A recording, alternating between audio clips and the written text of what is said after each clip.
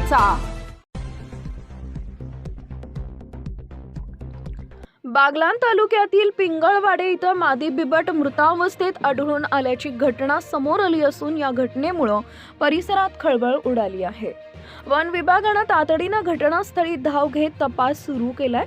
बागलाण तालुक्यातील पिंगळवाडे गावात गुरुवार दिनांक 18 डिसेंबर 2025 रोजी रवींद्र जिबाऊ भांबरे यांच्या शेतामध्ये सुमारे 2 वर्ष वयाची मादी बिबट मृतावस्थेत आढळून आली आहे।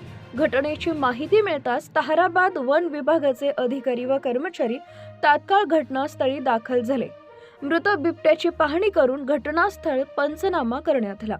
मृत बिबट्याचा मृतदेह पुढील तपासणीसाठी शवविच्छेदनाकरता ताब्यात घेण्यात आला असून सध्या मृत्यूचं नेमकं कारण स्पष्ट झालेलं नाही। या प्रकरणी ताहराबाद वनपाल कार्यालयाकडून आकस्मिक मृत्यूची नोंद करण्यात आली असून कायदेशीर प्रक्रिया सुरू आहे।